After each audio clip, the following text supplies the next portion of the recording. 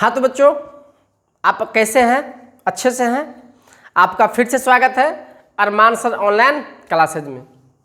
तो बच्चों, आज मैं आपके सामने पार्ट 7 वीडियो लेके आया हूँ। द्विघातीय समीकरण का कौन सा पार्ट है? ये 7 पार्ट है।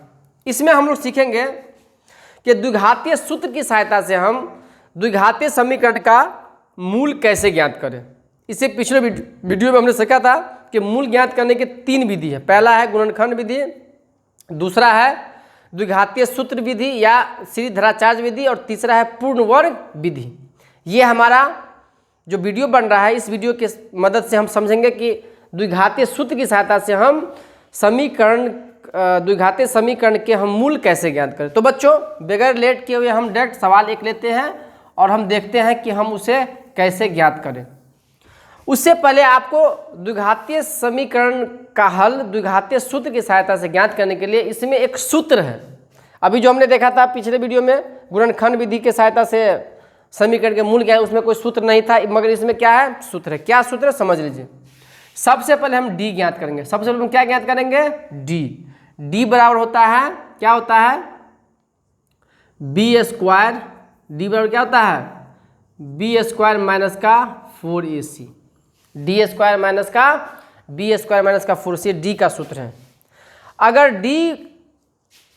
डी का जो मान हो, या तो डी 0 के बराबर होना चाहिए या डी 0 से बड़ा होना चाहिए, तभी जाकर के हम इसको इस सूत्र की सहायता से मूल ज्ञात करेंगे, अन्यथा नहीं। अगर डी का मान गलती से माइनस में आ जाए, किस में आ जाए? माइनस में आ जाए, यानी डी जो है वो 0 से क्या हो जाए? बड़ा हो जाए, सॉरी छोटा हो जाए। डी 0 से छोटा हो जाए मतलब माइनस में आ जाए, माइनस का 2, माइनस का 1, माइनस का 15, ये हो गया प्लस का 4 या प्लस का 2 या प्लस का 16 या 0 ही आ जाए, तो अब इसका हम इसका इस्तेमाल करेंगे, अन्यथा नहीं करेंगे।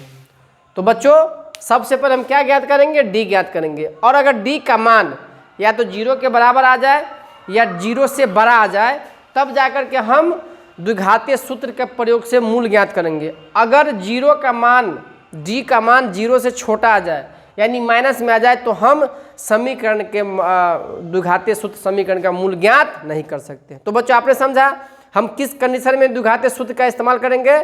जब हमारा डी क्या निकले? धनात्मक निकले या 0 के बराबर निकले। अगर डी माइनस में आए तो क्या हम द्विघातीय सूत्र का प्रयोग से उसका मूल ज्ञात कर सकते हैं? नहीं ज्ञात कर सकते। अगर डी बराबर माइनस में आ गया तो उसका मूल ही नहीं होगा, मूल काल्पनिक हो जाएगा। मूल क्या हो जाएगा? काल्पनिक हो जाएगा, वो मूल नहीं ज्ञात कर सकते हैं। चलिए, तो ये तो आप समझ गए, वेरी गुड। अब हम समझेंगे कि द्विघातीय सूत्र होता क्या है। द्विघातीय सूत्र होता क्या है, ध्यान दीजिए। तो लिखेंगे द्विघातीय सूत्र। द्विघातीय सूत्र x बराबर क्या? x, क्योंकि x का मान निकलेगा और x के कितने मान निकलेंगे? तो x के 2 मान निकलेंगे। x बराबर, तो x बराबर होता है -b plus minus under root D बट्टे में 2a। यही हमारा द्विघातीय सूत्र है। बस, क्या है द्विघातीय सूत्र? x बराबर क्या होता है? -b plus minus under root D बट्टे में 2a। कोई दिक्कत? आपको कहीं कहीं ऐसा भी मिलेगा, x बराबर -b plus minus under root में बी स्क्वायर माइनस 4ac बट्टे में 2a। ये बी स्क्वायर माइनस 4ac जो है ये डी के मान है, इसलिए या तो डी भी लिख सकते हैं या direct B square minus 4ac भी लिख सकते हैं। मगर डी आप लिखिएगा तो आपको पता चल जाएगा कि डी का मान 0 आया है कि नहीं आया, ताकि आपको आसानी हो। इसलिए इस सूत्र का ज़्यादा इस्तेमाल करेंगे, इस सूत्र का कम इस्तेमाल करेंगे। तो चलिए, इस सूत्र के इस्तेमाल से हम सवाल बनाते हैं और आपको हम समझाते हैं कि हम कैसे समीकरण का मूल हम द्विघातीय सूत्र की सहायता से हम ज्ञात करेंगे। चलिए, हमें क्वेश्चन लेते हैं। क्वेश्चन एकदम इजी है, इसमें कोई दिक्कत वाली बात नहीं है। एक हम क्वेश्चन लेते हैं, क्वेश्चन नंबर 1। क्वेश्चन नंबर 1 लेते हैं। क्वेश्चन दिया गया है कि x square minus 3x minus 10 बराबर में 0। ये सवाल है।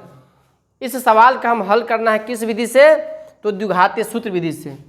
X square minus 3x minus 10 बराबर 0 का मूल द्विघातीय सूत्र से ज्ञात करें। अच्छा एक बात और जान लीजिए, परीक्षा में कभी कभी क्या दिया रहता है, सीधे दे देगा कि द्विघातीय सूत्र के मूल ज्ञात करें, उसमें विधि नहीं देगा। तो आप जो विधि आपको आसान है उस विधि से बना सकते हैं, मगर जब विधि दे देगा कि द्विघातीय सूत्र से बनाना तो द्विघातीय सूत्र से बनाना पड़ेगा, गुणनखंड विधि से कहेगा तो गुणनखंड विधि से बनाना पड़ेगा। और अगर कोई विधि का चर्चा नहीं दिया रहेगा तो उसको हम किसी विधि से बना सकते हैं, आपको जो विधि आसान लगे उस विधि से। अब देखिए हमने पहला तो बना के दिखाया था गुणनखंड विधि, अब हम इसको बनाते हैं, आप खुद पता चलेगा कि ये विधि आसान है या वो विधि आसान है। मगर जब परीक्षा में पूछेगा कि इसी विधि से बनाना है तो आपको इसी विधि से बनाना पड़ेगा। अगर आपको परीक्षा में पूछेगा गुणनखंड विधि से बनाना है तो गुणनखंड विधि से ही बनाना पड़ेगा। और आपको परीक्षा में पूछेगा कि सीधे समीकरण के मूल ज्ञात करने हैं, उसमें किसी विधि का चर्चा नहीं दिया रहेगा, तो आपको जिस इससे बनाए इससे बनाइए या उससे बनाए तो उससे बनाइए। तो इसको तो हम जानते हैं कि इसमें हम द्विघातीय सूत्र की सहायता से हम मूल ज्ञात करेंगे। तो सबसे पहले यहाँ लिखेंगे हल, इसको उतारेंगे x square minus 3x minus का 10 बराबर में 0। हमें सबसे पहले तो डी पता करना है कि डी का मान 0 के बराबर या 0 से बड़ा है या नहीं है। अगर 0 या 0 के बराबर होगा तभी हम उस सूत्र का प्रयोग करेंगे, अन्यथा नहीं करेंगे। बोलेंगे कि इस समीकरण के मूल क्या है, काल्पनिक है, मूलों का कोई अस्तित्व ही नहीं है। लिखेंगे यहाँ a बराबर, क्योंकि d ज्ञात करने के लिए हमें a b c चाहिए, तो a बराबर क्या हो गया 1, b बराबर -3, c बराबर माइनस का 10। लिखेंगे हम जानते हैं कि क्या जानते हैं, d बराबर b स्क्वायर माइनस का 4 ac, b का मान कितना है -3, तो लिखेंगे -3 का स्क्वायर माइनस का 4 गुण a का मान कितना है 1 है, तो 1, और c का मान -10 है तो माइनस का 10 लिखेंगे। 3 तिया 9, माइनस माइनस प्लस, 4 1 4, 4 धन के 40 हो गया 49। तो d का मान कितना निकला 49। तो d का मान 49 यानी d 0 से बड़ा आ गया, इसका मतलब इसका मूल निकलेगा। लिखेंगे अब द्विघातीय सूत्र से यानी द्विघातीय सूत्र की सहायता से हम क्या करेंगे, हम इसके मूल निकालेंगे। तो द्विघातीय सूत्र क्या होता है, x बराबर होता है -b प्लस माइनस √d बट्टे में 2a, या x बराबर माइनस का b, तो माइनस का माइनस लिखेंगे, ये माइनस प्लस है, और b का मान कितना है, b का मान -3 है, तो फिर कोष्ट -3 लिखेंगे, प्लस माइनस √d, d का मान कितना है 49 आया, तो 49 लिखेंगे, और बट्टे में 2 गुने a का मान कितना है, a का मान 1 है तो हम 1 लिखेंगे या x बराबर माइनस माइनस क्या हो जाएगा प्लस का 3 हो जाएगा ना, माइनस माइनस क्या हो जाएगा प्लस का 3 हो जाएगा। और ये देखिए प्लस माइनस तो प्लस माइनस लिखेंगे, प्लस माइनस, और 49 का वर्गमूल क्या होता है तो 7 होता है। आप स्क्वायर याद किए होंगे, 1 का स्क्वायर 1, 2 का स्क्वायर 4, 3 का स्क्वायर 9, 4 का स्क्वायर। आप 10th क्लास में तो आपको मालूम होगा कि 49 का जो किसका वर्ग 49 का वर्गमूल कितना होता है, यानी 7 का स्क्वायर 49 होता है, तो हम 7 लिखेंगे, बट्टा में 2 को 2 हो जाएगा। अब यहाँ ध्यान देना, मेन ध्यान देना, देखिए यहाँ पे एक बार प्लस करना है, एक बार 3 और 7 को जोड़ना है, और एक बार घटाव करना है, यानी x के 2 मान निकालना है। देख कैसे निकलेगा, या x बराबर 3 + 7 बट्टे में 2 कॉमा, यानी एक बार 3 और 7 को जोड़ के 2 से भाग दे दिए, और एक बार 3 में से 7 घटाएंगे और बट्टे में 2 करेंगे। इसको समझे, इसको ध्यान दो, इसको समझे, इसको मैंने कैसे लिखा। यहाँ प्लस माइनस दिया गया है, तो एक बार हम 3 और 7 को जोड़ेंगे और एक बार घटाव दिया तो एक बार हम घटा के लिखेंगे। अब हम इसमें से लिखेंगे या x बराबर 7 और 3 10 बट्टे में 2 कॉमा, और 3 में से जब 7 घटेगा तो माइनस का 4 बट्टे में 2 आ जाएगा। क्या इसको समझे, वेरी गुड। काटेंगे, 2 पंचे 10, 2 दूना 4, या x बराबर हो गया 5 और ये हो गया -2। यही हमारा आंसर निकला। तो बच्चों क्या आप इसको समझे, मैंने कैसे इस सवाल को बनाया। आप इस सवाल को 1-2 बार बनाइए, कॉपी पे लिख करके। आपके पास जो NCERT का बुक होगा प्रश्नावली 4.2 में जो जितने भी सवाल दिए गए हैं उससे भी सवाल को आपको बनाना है। तो यही तरीका है। आप ही बताइए, आपको ये तरीका अच्छा लगा या तो गुणनखंड विधि। तो सारे बच्चे ऑफ कोर्स कहते हैं कि हमको गुणनखंड विधि से हल्का लगता है, और जो रियली में है। मगर परीक्षा में ध्यान दीजिएगा, अगर आपको बोल देगा कि द्विघातीय सूत्र की सहायता से बनाना है तो द्विघातीय सूत्र की सहायता से ही बनाना पड़ेगा, तभी नंबर मिलेगा, नहीं तो नंबर नहीं मिलेगा। गुणनखंड विधि से कहेगा तो गुणनखंड विधि से की सहायता से ही बनाएंगे। और अगर कोई विधि सीधे कह देगा, इसको ऐसे सवाल देगा कि एक्स स्क्वायर में 3x माइनस 10 का मूल ज्ञात करें, सीधे देगा ज्ञात करें, सीधे देगा ज्ञात करें। तो जब सीधे ज्ञात करने के दिया है, इसमें कोई विधि का चर्चा नहीं है, तो आपको जो आसान लगे, जो विधि आसान लगे उस विधि से आप बना लीजिएगा इजी वे में। चलिए इसी में एक और सवाल हम बना के आपको दिखाते हैं, ध्यान दीजिए। चलिए तो बच्चों, मैं आशा का सूत्र याद हुआ आपको। पहले सबसे पहले क्या, द्विघातीय सूत्र की सहायता से हम समीकरण के हल को ज्ञात करने के लिए या मूल को ज्ञात करने के लिए सबसे पहले क्या निकालना है, तो d निकालना है। और हमें देखना है कि d का मान क्या है, d का मान 0 है या नहीं है। अगर d का मान 0 होगा या 0 से बड़ा होगा तो मूल ज्ञात करेंगे, और अगर माइनस में आ जाएगा d का मान तो मूल का अस्तित्व ही नहीं होगा। चलिए एक क्वेश्चन हम लेते हैं। एक क्वेश्चन दिया गया है, 100x स्क्वायर माइनस का 20x प्लस का 1 इजकल टू में 0। ध्यान दीजिए इस सवाल को हम कैसे बनाएंगे।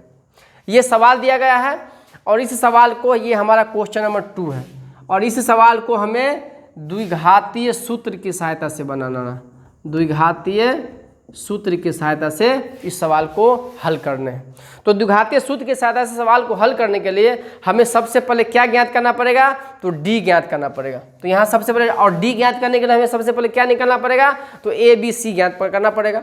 चलिए तो लिखेंगे यहाँ a बराबर क्या है, x का गुणांक 1 कहते हैं यानी 100 हो जाएगा, b बराबर माइनस का 20 और c बराबर 1 लिखेंगे। हम जानते हैं कि d बराबर होता है b स्क्वायर माइनस का 4ac। d का मान कितना है, सॉरी b का मान कितना है, माइनस का 20 है, तो लिखेंगे माइनस का 20 का स्क्वायर माइनस का 4 गुणे a का मान कितना है, a का मान 100 है तो 100 लिखेंगे, और गुणे c का मान 1 है तो 1 लिखेंगे। माइनस 20 का स्क्वायर यानी कि 400, ये माइनस में है, एक ही माइनस हो जाएगा, 100 चौके 400, 0। बताइए d का मान कितना आ गया, 0 आ गया। इसका मतलब इसका हम द्विघातीय सूत्र का प्रयोग से मूल ज्ञात कर सकते हैं। अब लिखेंगे द्विघातीय सूत्र से, क्या लिखेंगे, द्विघातीय सूत्र से x बराबर लिखेंगे सूत्र minus b plus minus under root d और बट्टे में 2a लिखेंगे, या x बराबर माइनस और माइनस b कितना है, b का मान दिया गया माइनस का 20 तो लिखेंगे माइनस का 20 plus minus root D, d का मान कितना है 0 तो हम 0 लिखेंगे, और बट्टे में 2, और a का मान कितना है, a का मान है 100 तो हम 100 लिखेंगे। मान बैठाना सीखिए, इसमें कुछ नहीं है, मान बैठाना सिर्फ बैठाना है। हम कहाँ कहाँ मान हम बैठा सकते हैं, या x बराबर माइनस माइनस हो गया प्लस का 20 और ये हो जाएगा प्लस माइनस, रूट का 0 निकालें तो 0 होता है, रूट का जब हम 0 करेंगे तो क्या होता है, निकालेंगे बाहर तो 0 ही होता है, और बट्टे में 100 दूनी 200 हो गया। अब देखिए इसमें क्या करेंगे, एक बार x को प्लस वाले के साथ लिखेंगे फिर माइनस वाले के साथ लिखेंगे, या x बराबर 20 प्लस 0 बट्टे में हो जाएगा 200, या लिखेंगे 20, एक बार माइनस करेंगे 0 को और हो जाएगा 200, या x बराबर 20 में से 0 जोड़ेंगे तो 20 में 0 जोड़ेंगे तो क्या हो जाएगा 20 होगा बट्टे में 200, और 20 में सब 0 घटाएंगे तो 20 ही होगा बट्टे में 200, 20 दहन के 200, 20 दहन के 200 एक एक मरतबे में, या x बराबर हो गया 1/10, ये होगा 1/10, यही हमारा आंसर हो गया।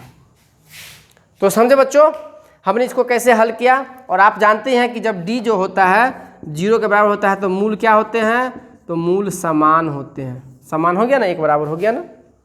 तो बच्चों मैं आशा करता हूं कि आप इस वीडियो को या इस वीडियो की सहायता से द्विघातीय सूत्र की सहायता से मूल ज्ञात करना समझ गए होंगे। तो बच्चों इस वीडियो में हम इतना ही रहने देते हैं।